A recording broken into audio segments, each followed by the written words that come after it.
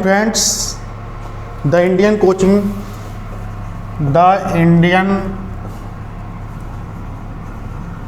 Coaching में आपका स्वागत है। आप सभी सूदी पाठकों दर्शकों से मेरा निवेदन है कि इस वीडियो को शुरू से लास्ट तक देखेंगे और शेयर, कमेंट और लाइक करना नहीं भूलेंगे। आज मैं कक्षा 10वीं के विद्यार्थियों के लिए प्रोज का सेकेंड चैप्टर शुरू करने जा रहा हूं। आप बहुत ही ध्यान से देखेंगे और उस चीज़ को समझेंगे और उस चीज़ को मैं बार बार आपको बताने की चेष्टा करूंगा। एग्जामिनेशन के पॉइंट ऑफ व्यू से I am going to teach the second chapter of class 10 of prose, तो be careful and I am going to teach of second chapter of prose. आप सभी लोग ध्यान से सुनेंगे, देखेंगे और शुरू से लास्ट तक की वीडियो को देखेंगे। शेयर, कमेंट और लाइक करना नहीं भूलेंगे और मैं बहुत ध्यान से आपको पढ़ाने जा रहा हूँ। आप ध्यान से देखिए इस चीज़ को। किसी भी चैप्टर को शुरू करने से पहले उसके ऑथर के बारे में जानना बहुत ही ज़रूरी होता है कि वो ऑथर कहाँ से बिलोंग करता है, उसकी क्या क्या अचीवमेंट्स रही हैं, उस परिप्रेक्ष्य में, उस रेफरेंस में मैं आपको बताने जा रहा हूँ। सेकेंड चैप्टर है, मैंने इसके पहले इनचार्टेड पूल को पढ़ाया था जिसमें हमारे सभी दोस्तों के द्वारा, हमारे स्टूडेंट्स के द्वारा लाइक और कमेंट्स भी आए थे और इसलिए मैं सेकेंड चैप्टर शुरू करने जा रहा हूँ। A letter to God, a letter to God, ये सेकेंड चैप्टर है।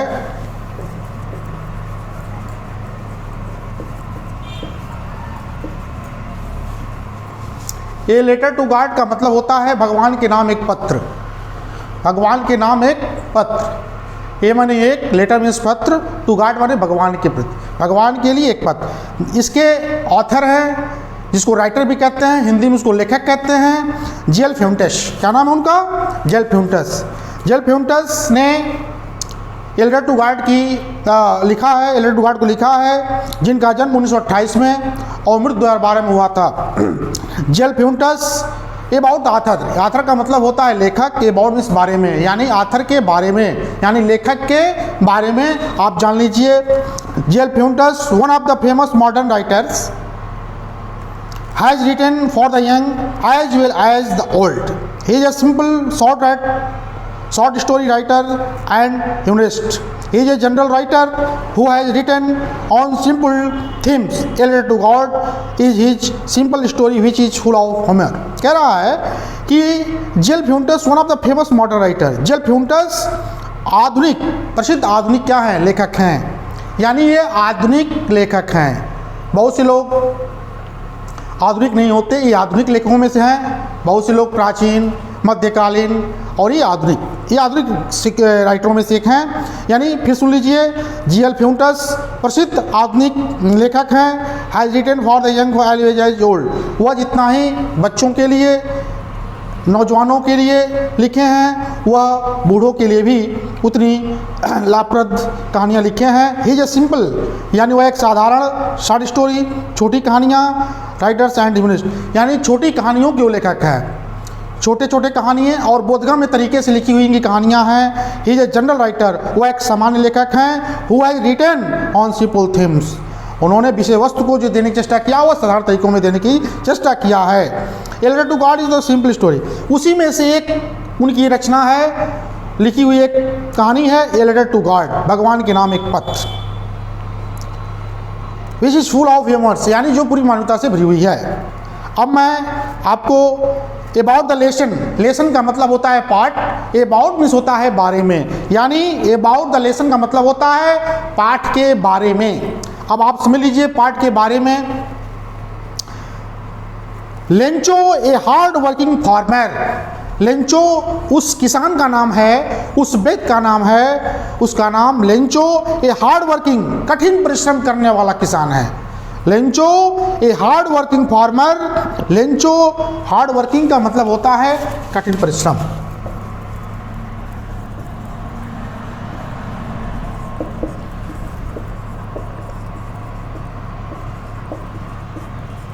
ठीक है मित्रों, हार्ड वर्किंग का मतलब होता है कठिन कार्य, यानी कठिन परिश्रम, और फार्मर का मतलब होता है किसान। यानी लेंचो एक कठिन कार्य करने वाला किसान है, कठिन परिश्रम करने वाला किसान है। Lived in A valley on the top of A low hill, lived in a valley, valley का मतलब होता है घाटी।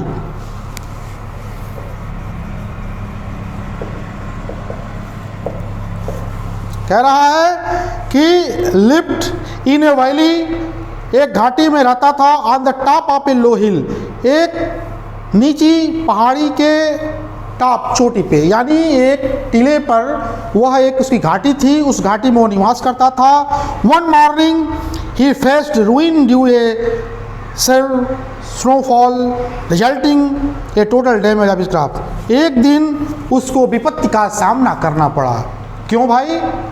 तो राइटर कह रहे हैं कि snowfall resulting A total damage of crop, उसके सारे फसल बर्बाद हो गए। किसके द्वारा? स्नोफॉल के द्वारा, यानी ओले, जिसको हम ओले की भाषा में जानते हैं, यानी जो बर्फ के टुकड़े आसमान से वर्षा के दौरान during the period of rain जब जमीन पे गिरते हैं तो बड़े बड़े पत्थर सफ़ेद रंग के होते हैं, जिसको हम ओला कहते हैं, उसको अंग्रेजी की भाषा में स्नोफॉल के नाम से भी जाना जाता है। तो कह रहे हैं कि एक दिन, एक सुबह लेंचो को एक विपत्ति का सामना करना पड़ा। क्या? रूइन, बर्बाद हो गया। Snowfall resulting A total damage, total damage of his crop, उसके क्रॉप्स का मतलब होता है मित्रों फसल, CROPS, क्रॉप्स होता है फसल। उसके जितने फसल थे क्या हो गए? बर्बाद हो गए। He turn to God in distress, वह विपत्ति में भगवान की तरफ मुड़ा, मुड़ा इन डिस्ट्रेस, दुख की अवस्था में, विपत्ति की अवस्था में। And wrote a letter asking him to send money, और भगवान को एक पत्र लिखा जिसमें उसने पैसे की मांग की। क्या फेथ रहा है मित्रों? ऐसे ही फेथ हर व्यक्ति को गॉड में होना चाहिए। हमें ऑप्टिमिस्ट होना चाहिए, हमें एथिस्ट होना चाहिए, क्योंकि उस लेंचो को विश्वास था कि गॉड हमारी मदद अवश्य ही करेंगे, क्योंकि जिनका मदद करने वाला कोई नहीं होता है मित्रों, उसकी मदद गॉड करते हैं। इसलिए उस ऑप्टिमिस्ट के नाते लेंचो को बिलीव था कि God will be help to the Lencho, यानी लेंचो की वो मदद करेंगे। He turn to God in distress and wrote a letter asking him to send money, उन्होंने वह विपत्ति में भगवान की तरफ मुड़ा, एंड रोट ए लेटर, और एक पत्र लिखा, asking him to send money, जिसमें उसने पैसे की मांग की। A postman saw the letter to God and took it to the postmaster, who first loud and then he was surprised at the faith of the writer. कह रहा है, writer ने लिखा है कि a postman saw the letter, past indefinite में है, a postman saw the letter, यानी एक पोस्टमैन, एक डाकिये ने उस पत्र को देखा। सी सासिन, a postman saw the letter, एक डाकिये ने पत्र को देखा, टू गॉड, जो भगवान के नाम लिखा गया था, and took it to the postmaster, और उस पत्र को ले जाके पोस्टमास्टर के पास दे दिया। Who first laughed, जो पहले तो बहुत हंसा, who first laughed, जो पहले हंसा, and then he was surprised, लेकिन बाद में ही वह सरप्राइज, आश्चर्यचकित हो गया, at the faith of the writer, लेखक के विश्वास को देख करके। He collected some money, he collected, collect means होता है मित्रों इकट्ठा करना, COLLECT, कलेक्ट का मतलब क्या होता है? इकट्ठा करना। इसका सेकंड फॉर्म हो गया है कलेक्टेड, यानी इकट्ठा किया। क्या मतलब हुआ? इकट्ठा किया। तो ही कलेक्टेड सम मनी, यानी उसने कुछ रुपयों को इकट्ठा किया, फ्रॉम हिज एम्प्लॉइज, एम्प्लॉइज का मतलब होता है मित्रों कर्मचारियों, यानी फिर से सुन लीजिए आप, he collected some money from his employees, उसने अपने सारे कर्मचारियों से, अपने कुछ कर्मचारियों से पैसों को इकट्ठा किया, रुपयों को इकट्ठा किया, एंड सेंड, भेज दिया, it to Lencho along with letter, यानी लेंचो के पत्र के साथ ही उन रुपयों को उसके पास भेज दिया। When Lencho got the letter with money and counted it, Lacey felt furious, So he wrote another letter to God asking him to send rest of the money not by the post, as the post office implies we are a bunch of crooks. Writer महोदय कह रहे हैं कि when Lencho got the letter, इधर postmaster महोदय पैसों को इकट्ठा करके लेंचो के पास पत्र के साथ ही भेज दिए। When, जब लेंचो गॉट द लेटर, लेकिन लेंचो जब पत्र को पाया विथ मनी, रुपयों के साथ पत्र को पाया, एंड काउंटेड, काउंट का मतलब होता है गिनना, सेकेंड फॉर्म हो गया है काउंटेड, यानी उसने पत्र के साथ रुपयों को प्राप्त किया एंड काउंटेड इट, और जब रुपयों को गिना तो लेस, तो पैसे कम थे। ही फेल्ट फ्यूरियस, फ्यूरियस का मतलब होता है क्रोधित हो जाना, नाराज हो जाना। ही फेल्ट फ्यूरियस, वो नाराज हुआ।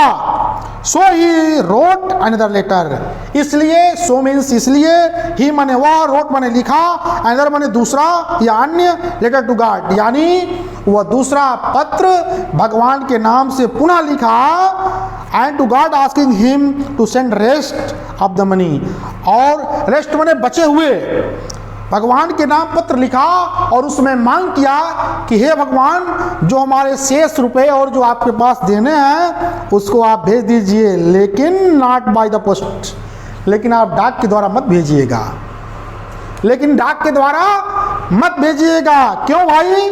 क्योंकि as the post office employees were the bunch of crooks, क्योंकि जो पोस्ट ऑफिस के कर्मचारी हैं वह बेईमानों का समूह है, बेईमानों का समूह है। बंच ऑफ क्रूक्स का मतलब होता है बेईमानों की टोली या बेईमानों का समूह। उसको ये था कि ये पैसे भगवान ने 100% भेजा था मेरे पास, लेकिन इस कर्मचारियों के द्वारा, भगवान के द्वारा भेजे गए में से रुपयों में से कुछ पैसों को रख लिया गया है। इसलिए हे प्रभु, हे भगवान, हे परमपिता परमेश्वर, आप उन पैसों को डाक के द्वारा ना भेज करके, डाक के द्वारा मत भेजिएगा, क्योंकि वे सारे कर्मचारी बंच ऑफ क्रूक्स, बेईमानों की टोली है, बेईमानों का समूह है। तो मित्रों, अबाउट द आथर को मैं बता दिया, लेखक के बारे में, एंड अबाउट द लेसन यानी पाठ के बारे में मैंने दृष्टांत देते हुए इसके सारांश को समझा दिया। और आप लोग इस वीडियो को ध्यान से ज़रूर देखें, इसको समझें और शेयर, लाइक और कमेंट करना नहीं भूलेंगे। अब मैं आगे चल रहा हूँ, आगे चैप्टर की तरफ बढ़ रहा हूँ, आप लोग ध्यान से देखेंगे और सुनेंगे। कि the house, the only one in the entire valley, set on the crest of A low hill, from each height one could see the river and the field of ripe corn dotted with the flowers that always promised a good harvest. करें कि the house, वह घर, the only one in the entire valley, संपूर्ण घाटी में अकेला हुआ घर, set, बैठा हुआ है on the crest, crest of a hill, यानी एक निचली पहाड़ी की चोटी पर वह बैठा हुआ, एक पूरे संपूर्ण घाटी में इकलौता हुआ घर था। फ्रॉम हिज हाइट, उस ऊंचाई से, वन कुड सी, एक देख रहा था द रिवर, नदी को, and the field of ripe corn, ripe corn का मतलब है पके हुए फसल, यानी उस ऊंचाई पे स्थापित चोटी पे इकलौता हुआ घर जिस पे वह व्यक्ति बैठा हुआ है, और वहां से बैठ करके नदी को देखते हुए साथ साथ अपने पके हुए फसल को, खेत में पके हुए फसल को, डॉटेड विद द फ्लावर्स, जो फूलों से क्या हुआ है, लदा हुआ है, that always promised to harvest, और ऐसा उसे विश्वास हो रहा है, ऐसा उसे वादा किया है कि ये गुड हार्वेस्ट, एक अच्छी फसल होगी। यह बैठा या लेंचो सोच रहा है। The only thing the earth needed was a downpour और एटलीस्ट ए शावर, लेकिन वो बैठा हुआ है और सोच रहा है। क्या सोच रहा है? कि फसल तो मेरी बहुत बढ़िया हो गई है, बहुत अच्छा देखने में लग रहा है, फूलों से लदा हुआ है, सारे खेत एक समान दिखाई दे रहे हैं। फसल को देख करके वो खुश हो जा रहा है और ऐसा उसे विश्वास हो गया कि इस बार जो है मेरी अच्छी फसल होगी।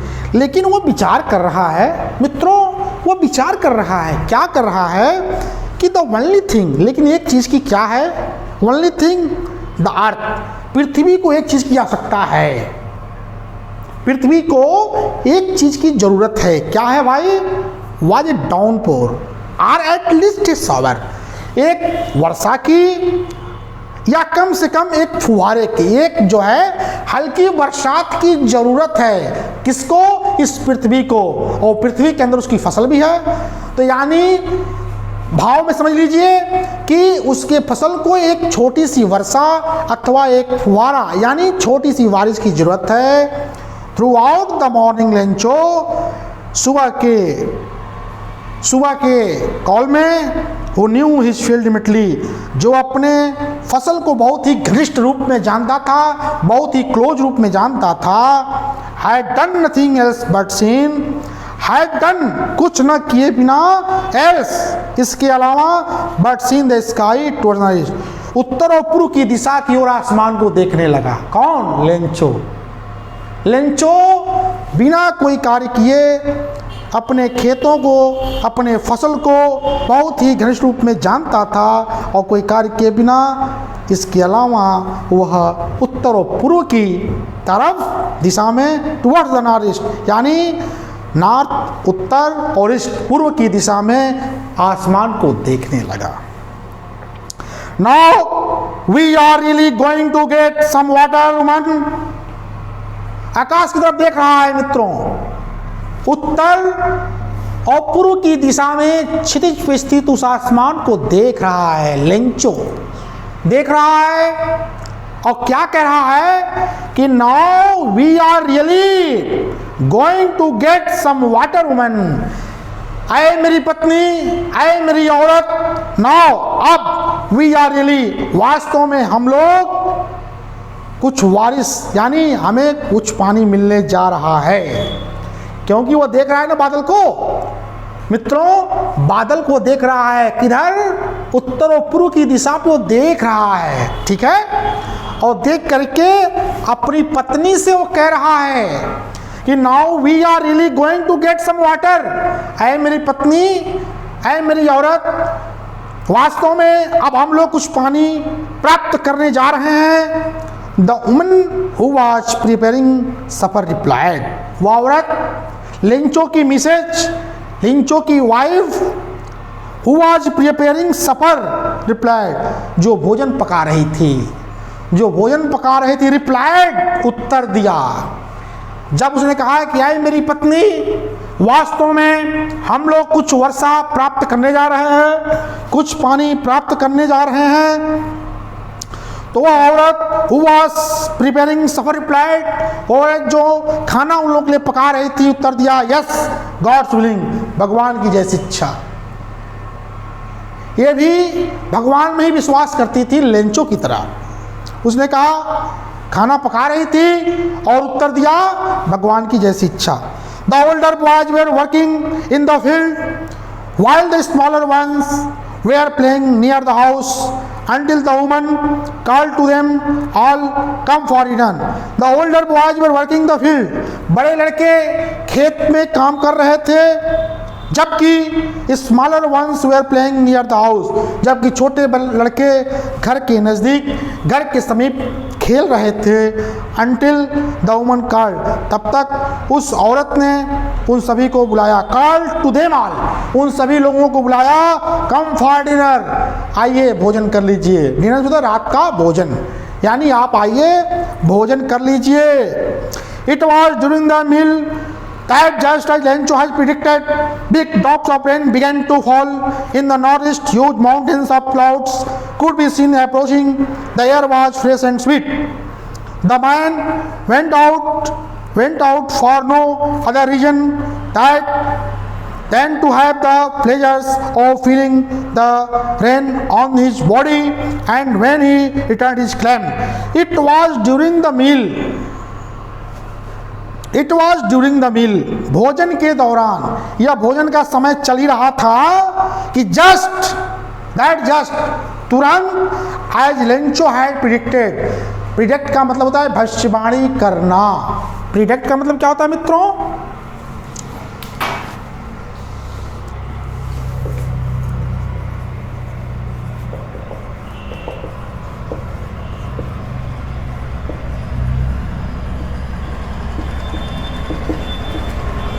प्रिडिक्ट भविष्यवाणी करना, ठीक है ना। प्रिडिक्ट का मतलब भविष्यवाणी करना, यानी just Lencho has predicted big drops of rain began to fall. भोजन करने के दौरान जैसा कि लेंचो ने भविष्यवाणी किया था, बिग ड्रॉप्स ऑफ रेन, वर्षा की बड़ी बड़ी बूंदे। ड्रॉप्स क्या होता है? बूंदे।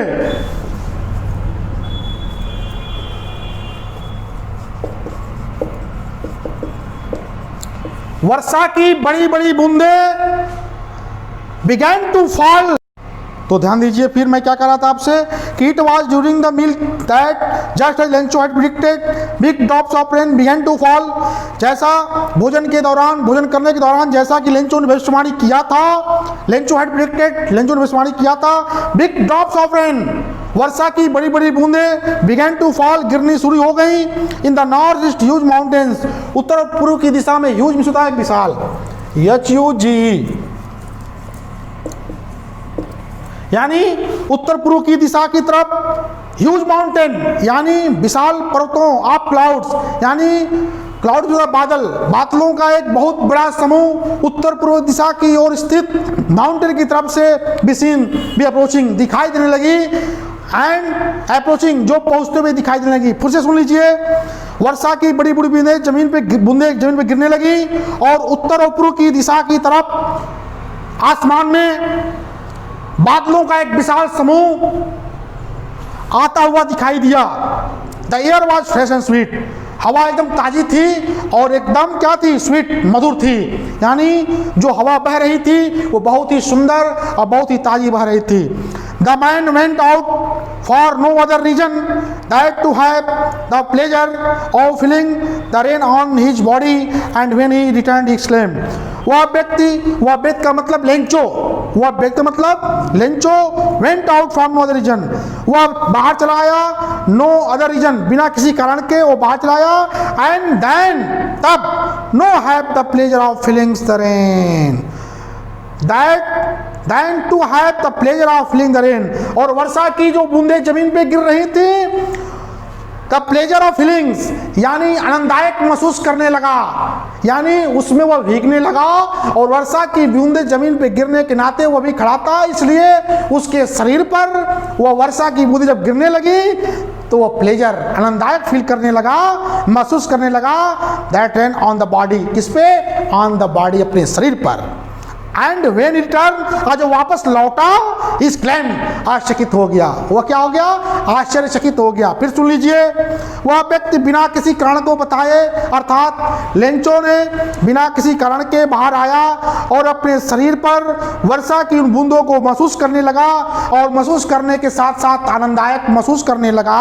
और जब वह वापस लौटा, इस क्लेम, आश्चर्यचकित हो गया। तो मित्रों, आज मैं आपको एक पैरा कंप्लीट करा दिया, पुनः मैं अगला चैप्टर शुरू करूंगा। इसलिए आप सभी सुधी पाठकों से निवेदन है कि आप सभी लोग शेयर, लाइक और कमेंट करना नहीं भूलेंगे। जय हिंद।